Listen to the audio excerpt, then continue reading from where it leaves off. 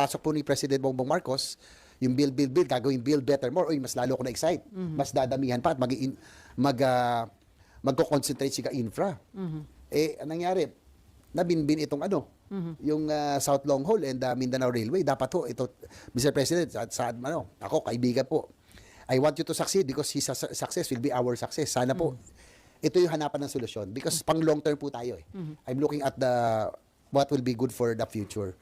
Hindi lang, maraming sabi, kailangan natin trabaho at hanap buhay. I think ito po talaga ang investment natin for jobs and opportunity.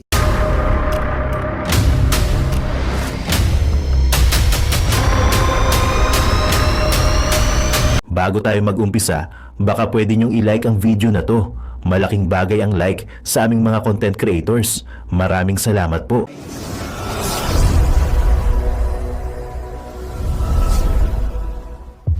Yung NSER and the Metro Manila Subway with Japan, lagi po ako nakasama doon and I was a witness. Na-excite po ako kasi ito na yung di ba? At least mangyayari na. On the hindsight, 1998 pa, panahon pa ng President Erap, North Rail, South Rail. We lost already almost 30 years. Diba? So na-excite ako doon. And then nung pagpasok po ni President Bongbong Marcos, yung build, gagawin build better more, mas lalo ko na-excite. Mas dadamihan pa at magko-concentrate siya infra. Anong nangyari? Nabinbin itong yung South Long Haul and Mindanao Railway. Dapat ho, ito, Mr. President, ako, kaibigan po. I want you to succeed because his success will be our success. Sana po, ito yung hanapan ng solusyon because pang long term po tayo eh. I'm looking at what will be good for the future. Hindi lang maraming sabi, kailangan natin trabaho at hanap buhay. I think ito po talaga ang investment natin for jobs and opportunities. So sir, ano yung expectation mo under the leadership of Transportation Secretary Vince Dizon? Considering nakakausap mo siya, lahat ba itong mga frustration mo na nadidelay ng mga projects, may commitment na Well, I'm optimistic with Secretary Vince Dizon. Actually, nagmeet na kami nung a few weeks before, after he assumed office. Kasi since ako po ang malamang na mag-defend ng DOTR budget dahil medyo kabisado na rin natin yan, yun lang ipakiusap ko sa kanya na sana yung pang mga infrastructure projects na nakaput on hold, dapat i-pursue. And he agrees. And I think he's bagay na rin si Vince Dizon for the job kasi marami tayong habulin eh. Sabi ko nga, kung lahat ng government official tulad niya na yung Hyper, Energizer Bunny nga, Totoy Vivo, lahat na. Pero yan ang kailangan natin eh. And I'm in constant communication with him in the improvement of infrastructure. Hindi lang po yung railways, even the improvement of the airports, seaports. Nag-uusap na kami kung ano yung kinakailangan. May mga ina-identify ako. Kasi advantage ko, layas ako di ba? Because of my passion for riding, napupuntahan ko halos lahat. For example, yung mga airports, yung Mati airports for the eastern side of Mindanao kasi malayo yan sa sa Davao, pero Davao Oriental, Compostela, Davao de Oro, Caraga region will benefit. Ang ganda rin ng lugar na yon, maraming tourism areas and agricultural centers, but it's about 3-4 hours away from Davao City. So maganda ma-improve natin yung Mati airport, nilagyan natin na funds yan last year. Daet airport also, Naga airport, para naman na siya, maging hindi na naka-cancel flight. So we are talking already on different infrastructure needs that we can fund to improve and help stimulate economic growth. Nag-usap na kami maaga, ano pa yung mga ports, airports, pero ipakiusap ko talaga sana yung po South Long Haul and Mindanao Railway matuloy na. Actually, na-zero yan sa budget na nga for last year. Coming from the House, wala na zero budget. Nilagyan ng Senado yan ng at least 200 million each for the Project Management Office to continue na. Kahit anong pilit yung pagpapabango sa taong bayan ay hindi nyo na mabubudol pa ang mamayang Pilipino. Tila sadyang nasayang lang ang bilang ng taon. Imbis na ilaan nyo sa mga big ticket project ay mas inuna nyo pa ang pamumulitika at tila panggigipit sa mga Duterte para lang kayo ay manatili sa inyong pwesto. Ito ang matinding sigaw ng marami sa ating mga kababayan sa mundo ng social media at tila dismayado matapos pinutol ng gobyernong Marcos ang pinakamahalagang Build program na mapapakinabangan sana ng maraming Pilipino na tila nasayang lang ang nasimulan ng dating Pangulong Duterte na pinakaasam-asam sana ngayon ng taong bayan na tila hindi binigyang tuon ng pamahalaan ng Marcos administration dahil tila mukhang mas inuna pa nito ang bangayan sa politika kaysa pangangailangan ng taong bayan. Kaya naman hindi na nakapagpigil pa si Senator G.V. Ejercito Estrada na tila tahasang magsalita na sa publiko at tila nasampal ng kahiyan at katotohanan ang kasulukuyang gobyerno ngayon na pinamumunuan ni Marcos Jr. at ang liderato ng Kamara na si Speaker Martin Romualdez. Gaano kaya ito katotoo mga kababayan? Ating alamin. Pero bago ang lahat, kung bago ka pa lamang sa aming channel, please huwag kalimutang mag-like, subscribe at i-click ang notification bell para mas maging updated ka pa lalo sa lahat pa ng bagong video na i-upload namin. At ito na nga mga kababayan, sa isang panayam, Senator G.V. Ejercito Estrada tila may matinding ibinunyag sa publiko na dapat malaman ng taong bayan na tila pilit ayaw ipalabas ng bayarang media sa publiko. Narito ang full video report at kumpirmadong balita na inilabas mismo ng DZAR 1026 News na siyang tila sumampal ng katotohanan at kahiyan sa kasalukuyang gobyerno ngayon at nagpabulabog sa mga nasayang na pinakamahalagang tunay na usapin ng bayan. Gaya na lamang ng nasayang na mga build ticket project ng dating Pangulong Duterte, ang build program na mapapakinabangan sana ng maraming mga Pilipino. Narito at panoorin ang full video. Isbayado si Senador J.V. Ejercito sa pagkakabimbin ng mga malalaking railway projects sa ilalim ng Administrasyong Marcos na anyay nagpapabagal sa pagsulong ng bansa at pagsasakatuparan ng mga proyektong nasimulan sa Build program ni dating Pangulong Rodrigo Duterte. Narito ang balita. Ayon kay Senador J.V. Ejercito, tila nabalang at napabayaan ang mga malalaking infrastructure project na isinusulong sa ilalim ng Build program ng Administrasyong Duterte. Partikular na ang South Long Haul Railway patungong Bicol at ang Mindanao Railway System. Sa isang press briefing, sinabi niya na kung mabibigyan ng pagkakataon ay ipapaabot niya mismo kay Pangulong Ferdinand Marcos Jr. ang kanyang pagkadismaya sa usad pagong na implementasyon ng mga proyektong ito. I'm hoping that itong last 3 years, ang daming political noise, ang daming ganap ngayon, but doon ako frustrate kasi we have a lot of catching up to do. Ang dami nating problema, ang dami nating kailangan gawin para makahabol sa ating mga Asian neighbors, para maging attractive. Aniya, mahalaga hindi lamang sa konektibidad, kundi bilang pundasyon para sa paglikha ng trabaho at mas maraming oportunidad ang mga proyekto gaya ng North-South Commuter Railway o NSCR, Metro Manila Subway, Mindanao Railway at PNR South Long Haul. Kaya po nung nasil po yung NSCR and the Metro Manila Subway with Japan, lagi po ako nakasama doon and I was a witness. So, na-excite po ako kasi ito na yung di ba? At least mangyayari na. On the hindsight, 1998 pa, panahon pa ng President era, North Rail, South Rail. We lost already almost 30 years. Sabi ng Senador, sa unang taon ng Administrasyong Marcos ay umaasa siyang ipagpapatuloy ang momentum na nasimulan sa ilalim ng slogang Build Better More. Actually, nasiro yan sa budget na nga for last year. Coming from the House, wala na zero budget. Nilagyan ng Senado yan ng at least 200 million each for the Project Management Office to continue na at least magtuloy-tuloy yung monitoring, yung studies, yung monitoring ng right of ways na kung may sakaling meron ng entity na mag-take over, ready na tayo. Gate niya ang mga gitong proyekto ang tunay na long-term investment ng bansa. Ang aga ng bangayan sa administrasyon na ito, 1.5 years, 2 years, nagsimula na ang bangayan. Nanghinayang ako doon sa momentum with the biggest mandates ever received by both the President, the Vice President. We were off to a good start. Ang ganda ng goodwill. Kaya lang napaaga yung bangayan na ito, humantong na nga po tayo sa magkakaroon na ng impeachment. Sa huli, nananawagan si Ejercito na sana'y matapos na agad ang issue ng impeachment para naman muling matutukan ang mga totoong problema ng bansa. Ang worry ko rito, yung sabi ko nga, Vietnam is already leaving us, nakalamang na sila they're doing all the right things.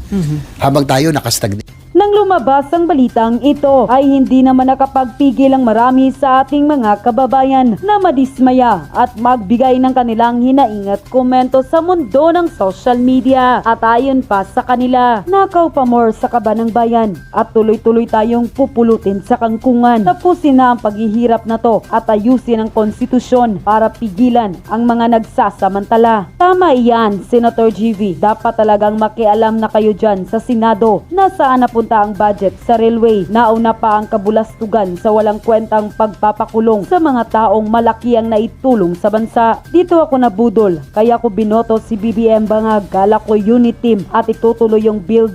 Dapat pala di nagpaubaya si Sara maging pangulo. Wala nang budget para sa project, may pera para lang sa bulsa. Wala man yang nagawang project, matapos na lang. Wala talagang maalala ang tao. I-focus sa economy, wag sa impeachment. Kitang-kita naman na ginigipit nila ang Duterte family. Sayang, kung tinuloy BBM yang nasimula ni Duterte, uunlad bansa natin. Kaganda sana. Problema, iba trip ni BBM. Bulsa, sunod-sunuran kasi tambalos-los Liza. End quote. Let us all welcome Senator J.V. Ejercito. Hi sir, good morning. Hi, good morning. Magandang umaga sa inyo. Nice to be back in Kapihan. Marami tayong issues na pwedeng i-discuss ngayon. Maraming ganap ngayon. So, Sir, unahin ko finally yung House, inapprove na nila yung daily minimum wage bill. Kaya lang malaki yung difference between yung version ng Senate at House. Sa Senate, 100 peso. Sa House, 200 peso. So, napag-usapan na ba ng Senate paano i-address yung magkaibang version? Kung true bycam or may plano ang Senate na i-adapt na lang yung House version? well, the Senate passed yung 100 peso wage hike last year pa yata, no? Yeah, Nauna last year po ang pa. Senado. And then yung sa House, kahapon lang ho natin nakuha yung balita yesterday afternoon. So hindi pa namin napag-usapan on how to go about it, pero malaking difference. So 100 pesos and 200 pesos. So siguro before we adjourn, siguro okay, kung abot to kung kailangan mag-bycam, sa amin naman kung ano yung in my personal position, if whatever we can give to the laborers, bigay natin, no? Kasi yung inflation natin, sobrang taas na rin ang bilihin ngayon. So kung yung 100 pesos makakatulong na yun, bakit hindi natin ibigay? Kung 200, kung kaya, bakit hindi, no? Siyempre, kung kaya nga but we have to strike a balance always. We have to make sure also that yung business will be able to survive, na hindi naman mamatay yung negosyo, no? Baka kasi masyado mabigat sa iba yan, especially for the small and medium scale businesses. So may kasabihan nga, we do not kill the goose that lays the golden egg. Kumbaga ibibigay natin yung maganda politically, pero baka naman pinapatay natin yung negosyo. So ang gusto ko makita dyan, data, statistics, information from, kailangan natin i-balance both from the employees, business sector, and also sa economic managers kung ano yung kakayanin. Sa akin, kung ano yung sagad na pwedeng ibigay natin sa mga manggagawa, ibigay natin. Especially with the rising prices of commodities, no? Yung 100 pesos, ano na lang ba mabibili mo niyan? Pero kahit papaano, sa pang-araw-araw, makatulong at makadagdag yan. Kung 200 pesos, well and good, mas maganda kung maibibigay natin. But also, we have to look into the survival and sustainability. Yung basta kakayanin po ng business sector, kung hanggang saan yung kaya nila, yun ang gusto kong siguro personally, kung hanggang saan yung kaya nilang ibigay, siguro yun ang dapat nating balansehin. So kung ano yung sa akin, kung kayang ibigay para sa magagawa, ibigay natin. So sa tingin ninyo, may nakausap ba kayo sa business sector kung alin sa kanila yung mas acceptable, yung 100 o yung 200? O alin ba, meet sa gitna, 150? Well, sa ngayon wala pa dahil kahapon lang lumabas yung sa House version, no? And marami akong, syempre mga feedback na nakikita natin, yung natatakot yung mga small and medium scale, baka hindi raw nila kayanin. But yun nga yung gusto natin makuha, no? I know we do not have time, we only have 3 session days to go, pero kung sakali, kung magkakaroon ba ng BICAM, magpatawag ang leadership, I want to get the information from the economic managers, of course yung employers, kung hanggang saan yung kaya nila ibigay. Pero hanggat kayang isagad natin yung kaya ibigay.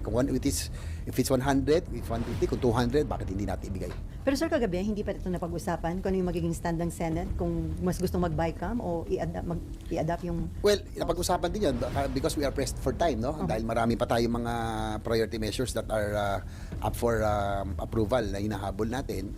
Well, sabi ba't di na natin adapt yung sa kanila para matapos Yung na. 200. But siguro we have a few days to consult kung sino pwede natin makonsulta. Right now wala pa namang stand of position ng leadership to. Wala pa namang nasabi, pero kasi kahapon lang ng hapon to no, na lumabas yung nabasa ko na sa social media rin, yung sa news, yung pagpasa ng 200 pesos sa wage hike sa house. Pero personally, sa tingin nyo, meron ng pangangailangan kaya dapat may maipasang batas, may madala sa Malacanang nalalagdaan ng Pangulo, sir? With the rising prices, with the inflation at present, sa tingin ko, kinakailangan na talaga magkaroon ng wage hike. Be it 100, 150, 200, kung ano po yung kayang ibigay na po natin. Because sabi ko nga ngayon yung 100 pesos, di ba, ano ba mararating yan, di ba? Pero kung maidadagdag man lang natin sa pang-araw-araw, palagi ko, malaking bagay din po yun. So yung amendment sa UHC law, anong status ba nun? May BICAM? Supposedly, schedule tayo Monday, no, ng BICAM. Kaya lang maraming concerns kasi yung mga Philippine Medical Association, yung iba't ibang association ng mga medical practitioners. Kasi po yung House version, marami silang mga provisions, no, na idinagdag, no? Pero sa Senate version, basically it's just adjusting the premium contributions, no? Kasi nga po, ang rationale doon, ako po ang principal author nito, because when we were drafting the Universal Healthcare Law 2017, 2018, pinirmahan po ito 2019, nobody foresaw the pandemic coming. Wala na yung pong mga data, yung mga projections at that time, yung pong pagtaas ng yung pag-set ng premium contribution at that time were based on prevailing circumstances. At that time, maganda ho ang takbo ng ekonomiya natin, ng Pilipinas, ng world economy. So, all the data were based on those information during the prevailing period. So, wala naman ho nakapredict ng pandemic, and we deemed it proper that kahit na 2025 na, marami pa rin hong nagre-recover pa rin. So, we would want to give chance for everybody to be able to recover, especially our workers, na may adjust natin ng konti yung premium contributions. No, i-adjust lang, and then it will, kumbaga babalik din naman yun sa, yung increase niya slowly para hindi naman sila mabigatan. Magkapareho ba yung naipasa sa House? O malaking difference? Sa House ba ilang percent? Yung sa Senate kasi proposal namin una sa akin 4%, no? Kasi 5% na siya ngayon. Ibalik sa 4%, kaya lang during the deliberations on the floor, ang suggestion ng minority leader na minority gawin 3.25 na, isagad na. Dapat na 3%. Sabi ko, baka naman di na kayanin. Especially, we have to take into consideration also yung maraming concern kasi, mga PMA, mga ibang mga doctors association, baka it might affect the sustainability of the program. No? We're only on the 5th year, entering the 5th year of implementation. Hindi pa ito fully implemented. No? It's a 10-year program. So baka ang concern nila, by adjusting baka maapektuhan. And also siguro nag-worry din ng marami dahil dun sa nangyaring yung subsidy that was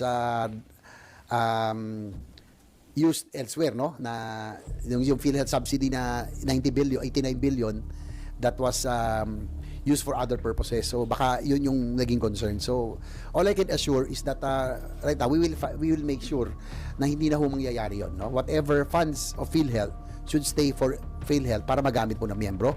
We have to increase the benefit packages. We have to improve. I'm quite positive right now with the new PhilHealth head kay Dr. Mercado na talagang yun ang sabi namin. Sabi ko, as the principal author and sponsor of the Universal Healthcare Law, our aim is to lower the out-of-pocket expense of every Filipino. Sana naman, under his leadership, we will now be able to increase yung pong contribution, benefits, and also yung participation, no, ng PhilHealth. Napaka-importante kasi tinignan ko nga, nakakalungkot, no, na on the average, the past 3 years, 18% lang ang participation ng PhilHealth sa mga medical expenses for hospital bills. Meron pa nga 5%, 2%, no? Pag 100,000, ilan lang yung sinasagot ng PhilHealth. Sabi namin, paalala namin, you are not a private corporation, bakit nyo tinitipid? Pag public company, whatever, especially for services, dapat yan inuubos for the benefit of the members. So, right now, also, we are scheduled to have an oversight committee hearing on the implementation of the UAC kasi 5th year na. So halfway na. So tingnan natin kung saan ba nagkulang, saan ba nagkamali, saan ba nagkulang so that we can make the necessary adjustments. So sir, ina-assure nyo na bago mag-adjourn si NIJE, may mararatipay na BICAM report tungkol sa UHC amendment?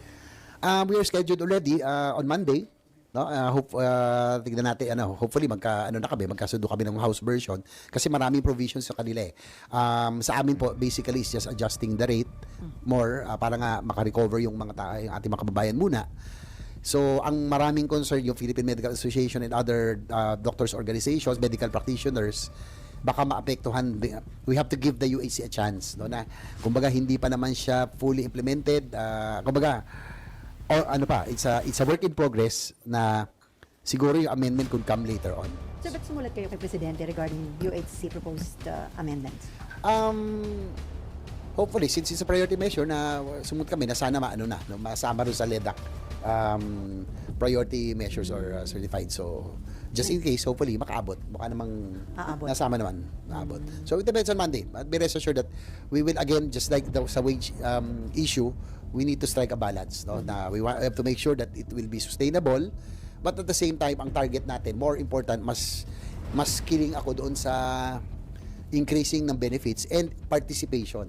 No, yung pong pagda-ospital ang isang pasyente, no, halimbawa 100,000, dapat at least 30% ang sagot ng PhilHealth. Pwedeng 40, pwedeng 50%. Para naman maramdaman nila na ang sarap ng pakiramdam noon na ay kahit papaano yung gobyerno through PhilHealth nandito para umalalay. Pero kung halimbawa 500,000 tapos sasagutin ng PhilHealth 7,000, 8,000 tulad ng mga nakaraan. Parang di ba? Hindi mo masyadong ramdam. So we are determined right now as the sponsored author of this UAC that we will make sure that PhilHealth will increase their case rates para po yung magiging basihan ng kanila pong magiging participation ng pag-set ng participation nila sa bawat medical expenses and hospital bills. Okay.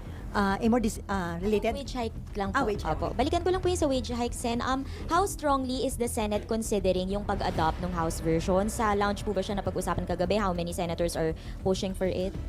Actually, late afternoon na siya lumabas, no? Yung news. So, yung iba wala na masyado eh. So, napag-usapan lang ng mga nandoon. Yung, sabi na, what if you adopt their version, yung sa House, no? Wala pa naman nothing concrete, pero siguro doon tayo maglalaro. It's either 100 pesos or 200 pesos or kung magkakabay ka, then we can have a compromise yung 150, but that I do not know yet, no? Pero siguro at least ang masisigurado natin magkakaroon ng increase, no? Minimum of 100, probably a maximum of 200, yun lang.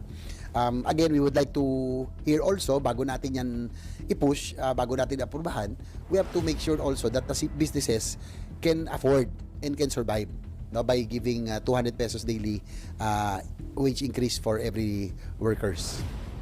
Okay, Maki. Same issue? Ay, sorry. Sige, mamaya. Anyway, sir, doon sa pagpapaliban ng EDSA rehabilitation, sapat ba yung 1 month para i-assess yung mga dapat gawin para tapusin daw ng 6 months instead na 2 years yung EDSA rehabilitation? At open po ba ang government sa inyong suggestion na tapusin muna yung mga railway projects bago simulan yung EDSA rehab? Well, I think I was the only one who spoke against it, no? Kasi unang-una pinag-usapan ba ng yan? Was it just DPWH? Kasama ba ibang ahensya dyan? Nagkaroon ba ng economic impact assessment bago mag-decide na magkakaroon ng total rehabilitation, no, ng EDSA, and that will sabi ko nga, hindi lang yan chaos, hindi lang yan magulo, super gulo yan. No? Right now, what we have right now, yung volume ng vehicles talagang sobra-sobra na. Meron akong 1.8 million motorcycles, 1.5 million cars, 125,000 PUJs, 20,000 buses. Ito yung volume sa Metro Manila, no? And the main thoroughfare, of course, is EDSA. Ang isa pang worry ko dyan, yung vehicle sales na binigay kong data noon, 300,000 every year. Ngayon po, 2024 to 2020, 500,000 pala ang bagong vehicle sales. No? So, anong ibig sabihin nun? In 3 years' time, we will have about 1 million vehicles added to our streets. And EDSA is not kahit anong rehabilitation ang gawin dyan. Traffic. Hindi naman yan lalapad, di ba? Yun na yun eh. Ang gagawin ng rehabilitation, reblocking, ayusin yung pavement, ayusin ang sidewalks. So, ang problema natin is the volume of cars. So, kahit gaano kakinis pa yung EDSA na pwede mong higaan, sa ganda, halimbawa yung kanilang pagkakaayos, yung vehicle volume will still be the same. That's why, my suggestion is finish the ongoing railway projects, the North-South Commuter Railway, the Metro Manila Subway System, the MRT-7, and kung meron pang ibang maidadagdag. I have been talking about pushing for the railway system for the longest time, na sabi ko sa house noon, naalala ko nung pag nag-privilege speech ako about the railways dahil hindi pa naman masyadong traffic, wala naman nakikinig sa akin nun eh. But I think this is the way to go. Sabi ko, railway is the only way because of our increasing population, our development, yung volume ay dadami na, hindi na talaga mababawasan. Ito po yung ginawa ng ating ASEAN neighbors, Thailand, Malaysia, Indonesia, and now Vietnam. They invested heavily in infrastructure in the 90s. Ngayon po, pag pumunta kayo sa mga bansang to, they are already reaping the fruits of their labor. Ang Vietnam, inuunahan na tayo. So, yung economic impact assessment, kaya ako nabanggit, ano po, ang problema natin, we're losing 3.2 billion a day because of traffic. No? And it will increase to 5.6 billion by 2035 kung wala tayong gawing high-impact projects for infrastructure. So, yun po yung ADEA na, yung gasolinang nasusunog dahil sa traffic, yung oras ng bawat tao na naiipit sa traffic and others. Second, foreign investments dapat do i-consider din. Kung titignan mo ang ASEAN ngayon, dati po nasa top 3 tayo, top 5 easily. Now, inunahan tayo ng Vietnam na. Di ba? Singapore, of course, Malaysia, Thailand, Indonesia, and now Vietnam, tapos pang-anim na tayo. One of the reasons is high cost of energy, labor cost, and weak infrastructure. So kung gagawin mo pa yung EDSA ngayon, panahon na ito, talagang yung foreign investments na inaasam natin, na tinrabaho ng Pangulo nung unang termino, nung unang upo niya, talaga inikot niya for we are open for business. Wala na pupunta sa atin. Madi-discourage So sila. we have to, ang pinaka-primary consideration is the economic impact because brought about the total rehabilitation. So, hindi yun ang sagot, sir. Sabi ko nga, kahit gaano kakainis, kagaganda gawin mong EDSA, ganun pa rin ang vehicle volume eh. Di ba? Hindi naman, ang aim natin, mabawasan yung vehicle volume. Paano mababawasan? Kailangan maging online na ang mga railway system. People should now use the mass transit. Pag maganda at maayos, di ba? Yan ang ginagawa sa Europe, sa Asian neighbors natin. Masyado tayo, we have become a car-centered society for so long. We need to look into mass transit because of our growing population. And I think it's not only convenience, that's why I'm pushing for the railway system, improvement of airports, infrastructure, because it will spread out the development. It will develop the countrysides, hindi lang Metro Manila, Cebu at Davao. Dapat yan, pag may railway, maikalat yan. And this will create growth development areas. We will create growth nodes, opportunities. Yan po ang magiging epekto nito. Opo, mahal po ang infrastructure, but yung pong opportunities and jobs and opportunities, doon lang natin maibibigay yan by creating new growth areas, especially in the provinces. Sir, do you intend to inform the President and then yung mga concerned government official dyan sa iyong suggestion? Well, I have given my piece already. Wala naman ako siguro kung may chance. Hindi naman kasi kami madalas nagkikita ngayon.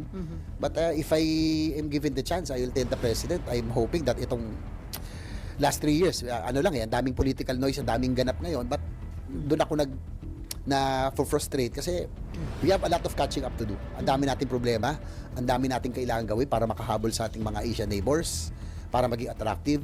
And one is infrastructure, no? Na fast track natin dapat yung ongoing NSCR, Metro Manila Subway System, Mindanao Railway at yung South Long Haul papuntang Bicol na cancel pa or put on hold. Ang suggestion ko, sana itong i-prioritize, hanapan ng magte-take over yung South Long Haul going to Bicol in Mindanao Railway System because this is this is how we will be able to create jobs and opportunities by laying down the tracks, laying down the infrastructure.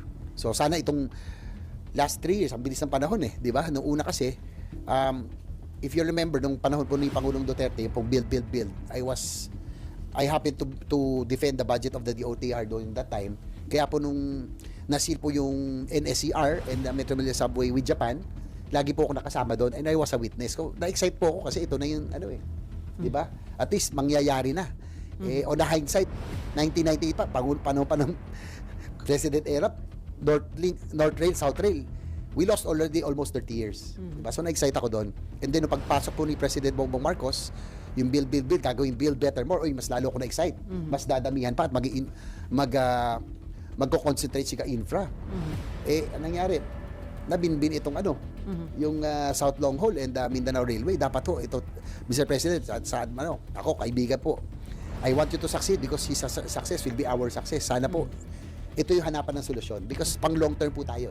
I'm looking at what will be good for the future.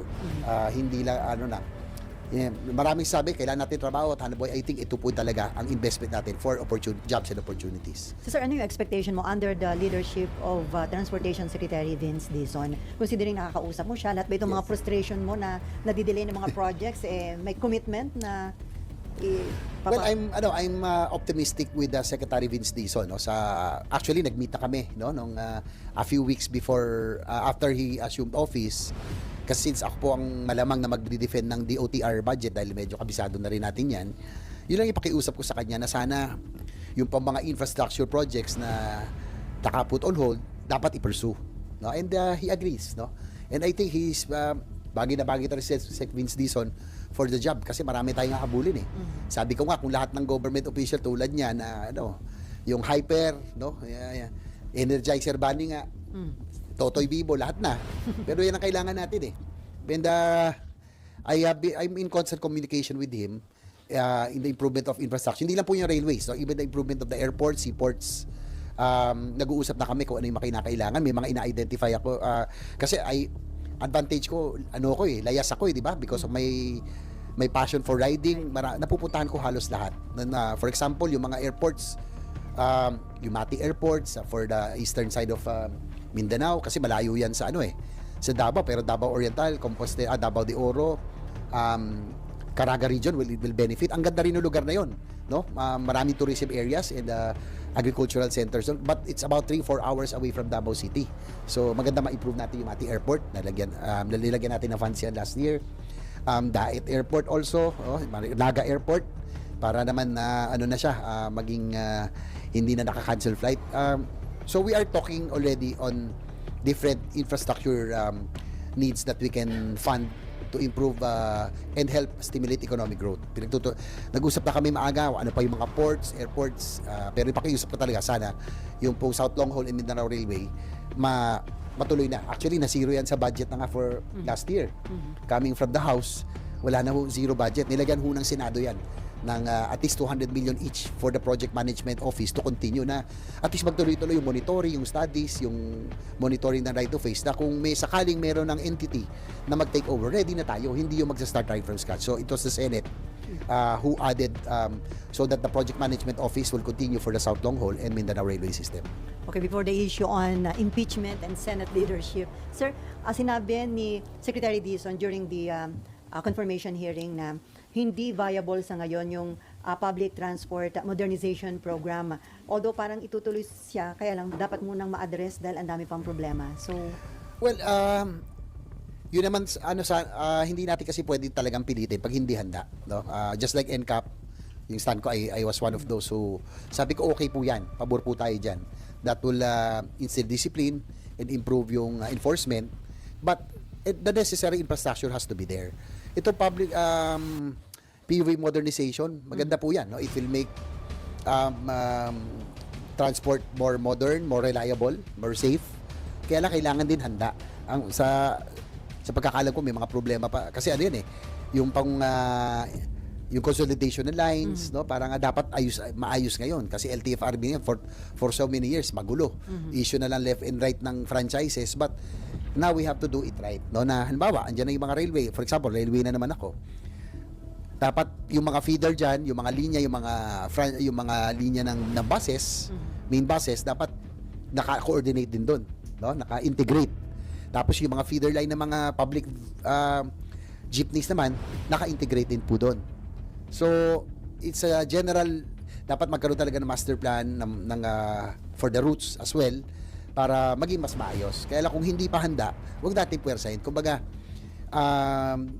slowly but surely siguro dapat ganoon ang gawin natin. Dapat hindi naman, especially yung iba na marami tayong jeepney drivers, operators, buses na kailangan din, may alternatibo rin sa kanila na maibibigay na hanaboy kung sakasakali or dapat ma-integrate sila dito sa bagong PUV modernization. Pati daw yung supplier dapat mapalitan, sabi yata ng Malacanang. Well, depende kung ano na lang, whatever supplier can give the best, yung pinaka-reliable, durable, at a reasonable price. Kasi medyo mahal din yung modern jeepney eh. I think yun yung challenge doon. It's the financing side also. Parang almost 1.5 to 2 million. Medyo mataas din. So kung magkakaroon tayo ng magandang scheme, financing scheme for the PUV operators that they can afford, no? Na siguro naka-spread out para naman kayanin po nila. Other issue, Maki.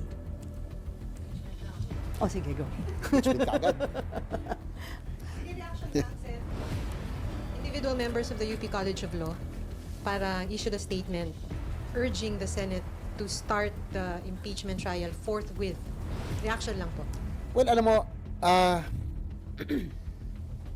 whether I made a statement yesterday, whether I am for it or I am not for it, is irrelevant. It's the Senate is duty bound to convene the impeachment court according to our constitution. Kumbaga, ano namin yan? Responsibilidad po namin yan.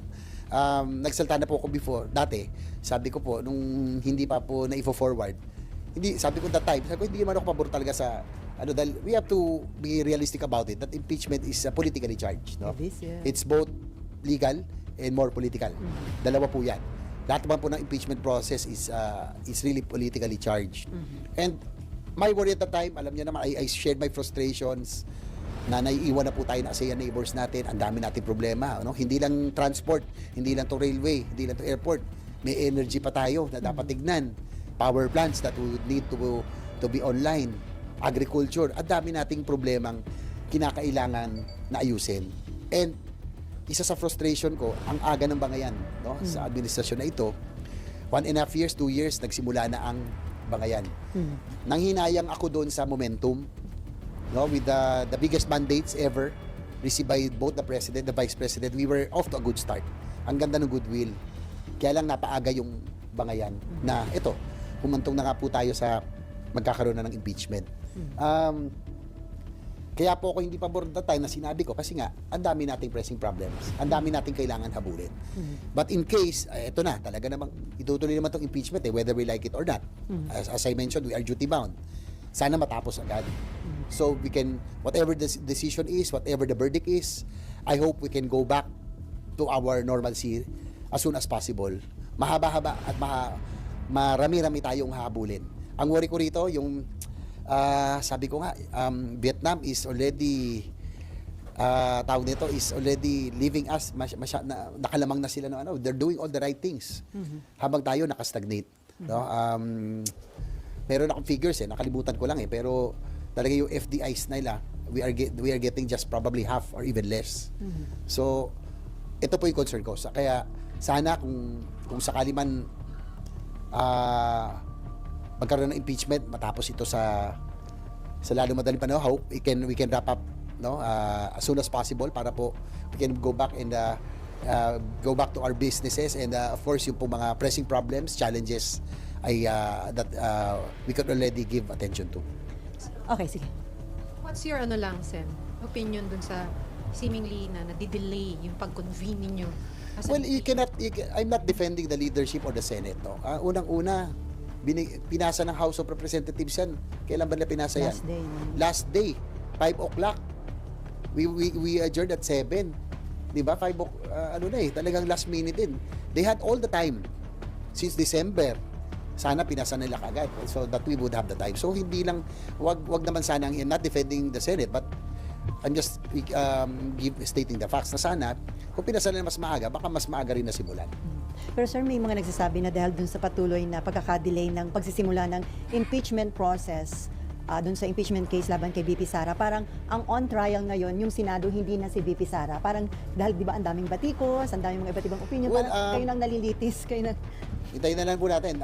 Ang one thing is for sure, we are duty bound, as I mentioned, to go through it. No? So matutuloy yan. Hindi naman, I don't think there's an attempt to derail or to stop. Pero sir, sa consultation nyo sa inyong mga legal counsel, naniniwala ba sila na pwedeng tumalon, mag-crossover sa 20th Congress kapag nasimulan sa 19th itong... Well, that will be a legal question. Di po ako abogado, but yan ang pagdidebatihan. Again, it might be that the 20th Congress already will be the one to decide whether to go through it or not. So, parang nandun na rin yun. Pwedeng, magsusumpa na kami ngayon, di ba? Bago siguro as impeachment court, but it will go through, magko-crossover na yan. So, it's still, again, plenary will always be supreme. Kung ano pong maging desisyon ng Kongreso, ng 20th Congress, then that will be followed. Sir, dun sa umiikot, before RG, dun sa umiikot ho na resolution seeking Senate parang de facto dismissal noong impeachment case, yung po ba nabasa ninyo? At ano yung ba na inyong legal counsel ko anong... Nabasa ko lang yan sa news, sa social media. So, hindi pa ako nakakuha. Hindi ko pa nakakuha physical. Hindi kayo binigyan pa ng copy, Hindi sir? pa. Sabi ni Senator Bato, binibigyan yata yung mga interesado lang dun sa resolution. RG. Sir, kasi sabi niyo po, it will probably be the 20th Congress na maghahandle na dun sa trial. But you are one of the 17 senators from the 19th Congress who will serve in the 20th Congress. So it's a question that inevitably you will have to decide on. So ano po ba ang, sa tingin niyo, pwede niyo bang i-handle yan as 20th Congress? I think whether like it or not, it will be the next Congress already, no? That will already serve as senator judges, di ba? So whatever, again, as I mentioned, whatever, plenary will always be supreme. Kung ano pong mapag-usapan, collegial body kami. Kung ano ang opinion ko, whether I'm for it or not, gusto ko ba, we just have to follow what the body would decide on. So tuloy yung preparation nyo, sir? Dahil nandun yung possibility na I think yun naman ang nasa Constitution. Again, as I mentioned, palagi yun, nagsalta na ako doon. We are duty bound. No? That's our responsibility. Okay, Amor. Sen, but what are your thoughts so far doon sa resolution? Sabi niyo po kanina, you don't think there is an attempt to delay or to stop the impeachment proceedings. Pero yung resolution po na umiikot is for the de facto dismissal of We are in impeachment case. democracy. Iba-iba tayo ng posisyon. No? Kaya nga democracy tayo eh. So, lahat yan, we have to engage in debates, discussions to be able to come up with the best solution, no? So ano lang yan, it's one nanggaling yan sa isang legislator, then isang group, then we will discuss on it, no? Hindi naman ibig sabihin may lumabas ng ganyan ang lahat. Kayo po, Sen, are you inclined to side I cannot or support or probably not? I cannot speak anymore on impeachment because actually hindi na ako dapat magsalita dyan because we will be serving as senator judges. Na nga kami, may instruction na kung pwedeng hindi kami magsalita about it, but I think I have already given my position that we have to go through it. No? Lang kasi kami will be serving as senator judges in the event that it pushes through. So siguro na para lang mawala yung na meron kaming bias, meron kaming inclination. So whether for example I'm in favor of pushing through with the impeachment because sabi ko nga duty bound kami, hindi maibig sabihin for conviction na ako, di ba? And that will give the accused also the chance to clear his or her name, di ba? And narinig ko rin si BP Sara, gusto na nga niya para malinis yung mabigay niya ebidensya. So ayun, so it doesn't mean that kung pabor ka na matuloy yan ay for conviction ka na or non-conviction kung Sir, yung sinasabi nga ni Senator Coco Pimentel, the mere fact na na-impeach si BP Sara sa Kamara, parang karapatan daw ng taong bayan na malaman ano ba yung mga ebidensya mayroon yung mga kongresista na nag-impeach sa kanya, and at the same time, mabigyan ng chance si BP Sara na sagutin yung mga kaso laban sa kanya. Well, yun naman talaga I think it's how the impeachment is designed so that the impeached can be given the chance also to air his or her side. So pero sir, ito bang pagkaka-delay ng pagsisimula ng impeachment process sa Senate, may connection ba ito sa Senate leadership? wala naman siguro. I don't think there's any connection with that. Masyado marami ng issues, marami ng angulo eh. I don't think that's connected at all. So intriga lang po ba yung lumabas na balita? Tingnan kasama ako doon sa sa mga caricature di ba? Sa 11 na stop impeachment. They have already said, no? Kasama tayo doon. Isa kami sa mga 11 para lang ma-retain yung leadership. But as I mentioned, we are nasa constitution yan eh. And we cannot it's a sworn duty to uphold the constitution. So sir, habang tumatagal, parang nandun ba yung may mga grupo na nandun yung pang-pressure? Parang mahirap ba yung sitwasyon ninyo dahil ang daming public opinion, may mga nagrarally na rin. So ano yun, parang... As I mentioned, kahit ano sabihin nyo na legal, but it's more politically charged. So, of course, we are tao din tayo, no? We are sensitive to the public opinion, to everything. Kaya as much as possible, we do not want to say anything anymore about it, no? Kasi when it convenes, magkakaroon kami. Pag may nasabi ako ngayon, gagamitin again. magiging tainted na ako doon. Baka maano pa ako. Sabihin, mag-inhibit pa, di ba? I will, mababawasan pa ng isang jurado. So, that's why I wouldn't want to comment anymore ng constipation. I guess I have already said my piece. How about sa Senate leadership? Ilan na po ba yung nangliligaw para hingin ang inyong suporta, sir? Natural naman po yan. In a new Congress, no, talagang unfortunately panay kapartido pa mga I am torn in between, no. I serve under Senator Soto also. Malaki pong utang na loob ko sa kay Senate President Soto also because it was during his Senate presidency that I was able to pass 2 landmark legislations. Yan po Universal Healthcare Law and the creation ng Department of Human Settlements. Siya po nag-push talaga sa akin nun. And I owe that much to him. Pinagkakatiwalaan din niya ako noon. Parang wala pang deputy majority, but I was also always more often presiding or helping in the deliberations on the floor. Kay Senator Zubiri naman, di ba? I became deputy majority leader, but now kay Senator Cheese, now a Senate President, he asked me to be deputy majority leader again, and I'm part of the leadership right now, no? And I would say that not to defend or to praise him, but I think the Senate was able to pass a lot of priority measures. Medyo marami ring accomplishments under the leadership of Senate President Chi. So, it's a difficult choice, no? Pareho kung naging kapartido, NPC po kami pare-pareho. So, but we'll see.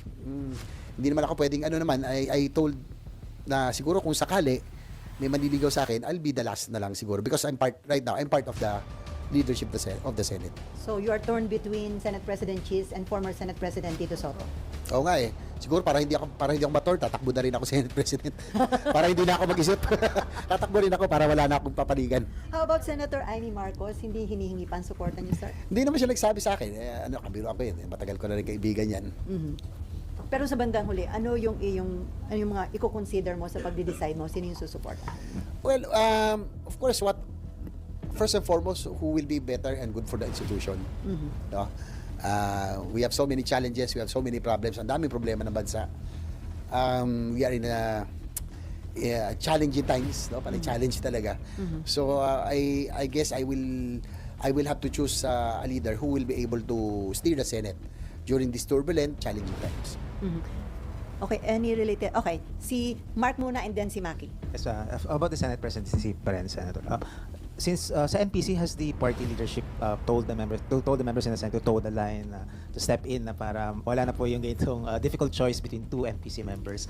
And my second question is, has SP Cheese ever offered the majority leader post to you as to get your support?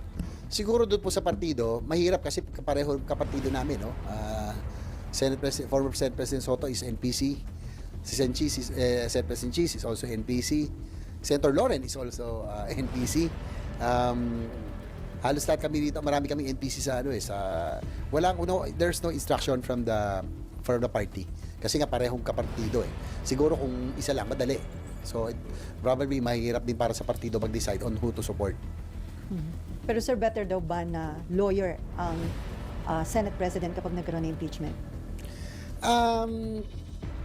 Hindi naman requirement, but I think preferably kasi it's not ordinary parliamentary procedures. This is a court, more of court proceedings, no? Yung mga rulings. So, mas may advantage kung sakasakali kung ikaw ay abogado. Hindi naman kailangan, pero I think because of the proceedings na more of court proceedings than parliamentary. My second question is, have you been offered the majority leader post? Since deputy po kayo, parang it's just natural that you get to be promoted to that post. Marami, sa ngayon I'm just ako okay na ako sa deputy majority leader, just doing my job, no? Yung majority leader kasi talagang ano yan, it will be one of the most coveted, no?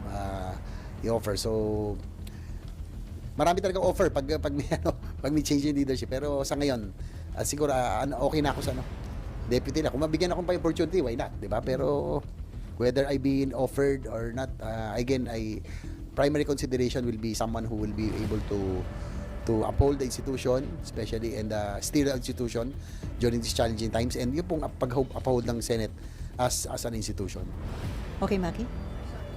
Actually, Sen, ika-clarify ko lang. Soto and cheese lang ba?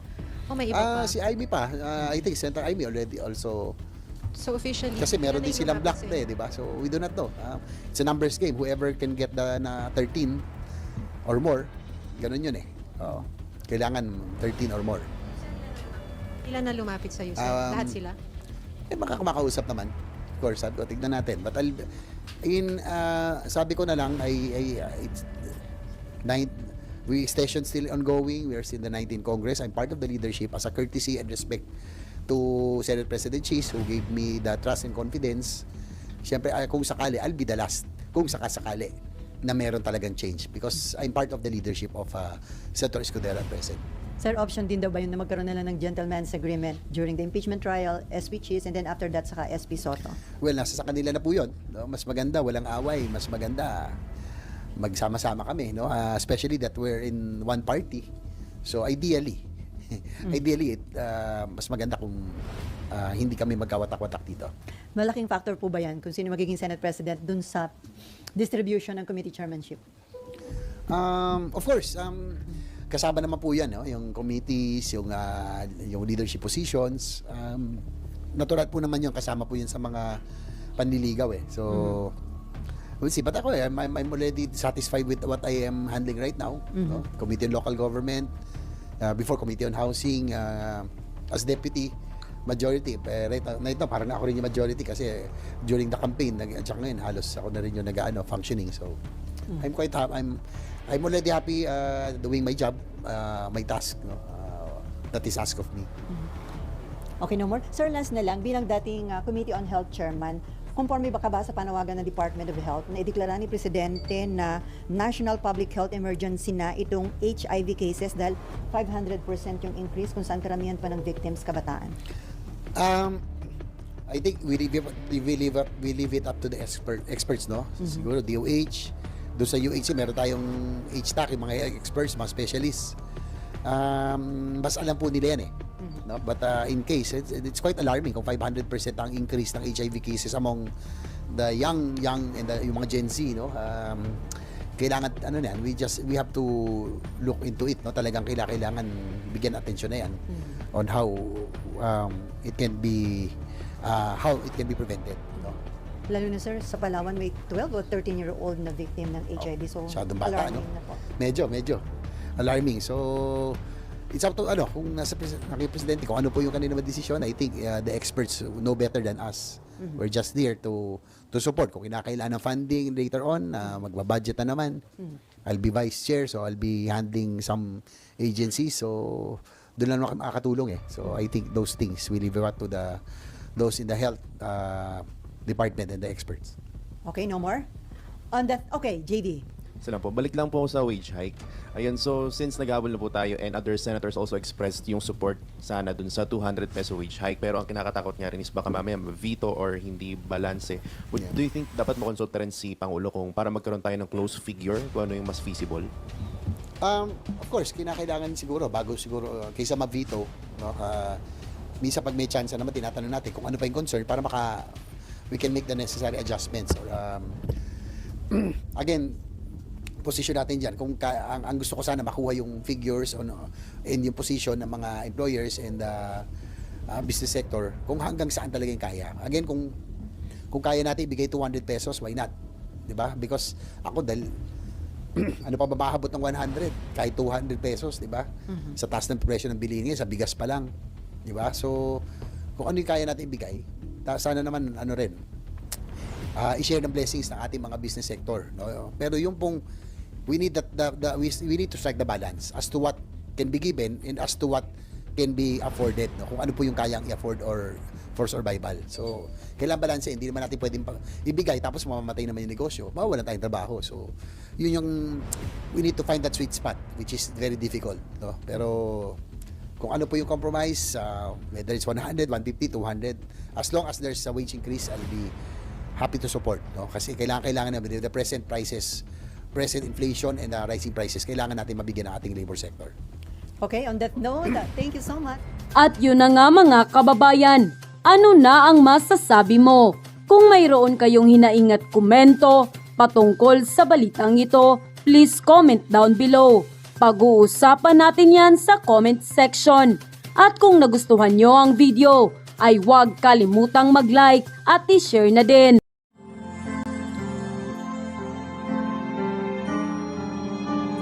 Melody ng song.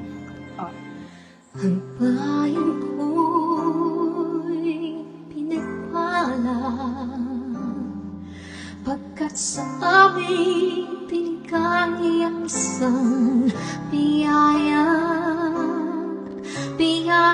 na mag-aahon sa hirap at dilim ng kahapon at sa bawat Pilipino'y magtatanggol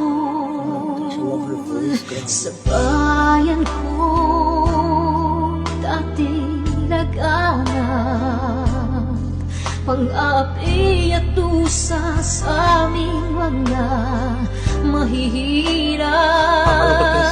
Ngunit ikaw ay dumating, sagot sa aming mga dalangin. Muli kaming babangon, mabuhay ka, Tatay Digong.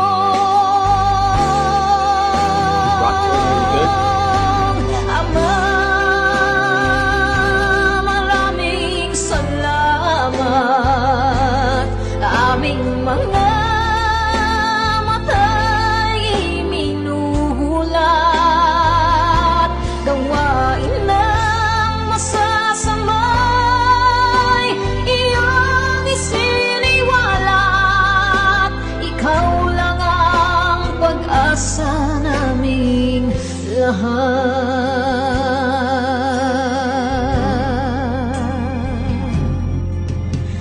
Very Bayan ko, Binamatay niya ako kung iyak ako. Pilipinas, muling makikilala at itataas. Katahimik ay maghahari sa ating puso'y mamamayani. Mga ngiti sa labi, di mapapawi.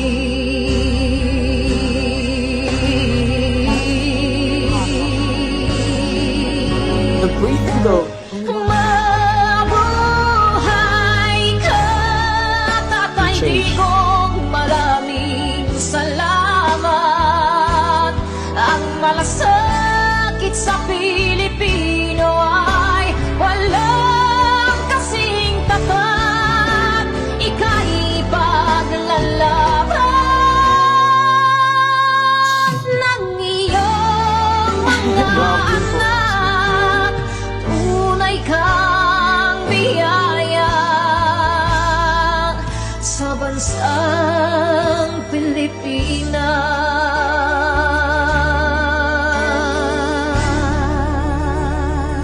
Haba. Gosh. Irene Oykam. Nay, ito na yung bayad ko sa isa, ano? O, kunin mo yung isa. Isa muna, iyan, no? Tapos, isa pa, di ba? 4 dapat na sardinas, eh. O, yan. 3 na. Pang-4 na sardinas. O, okay na.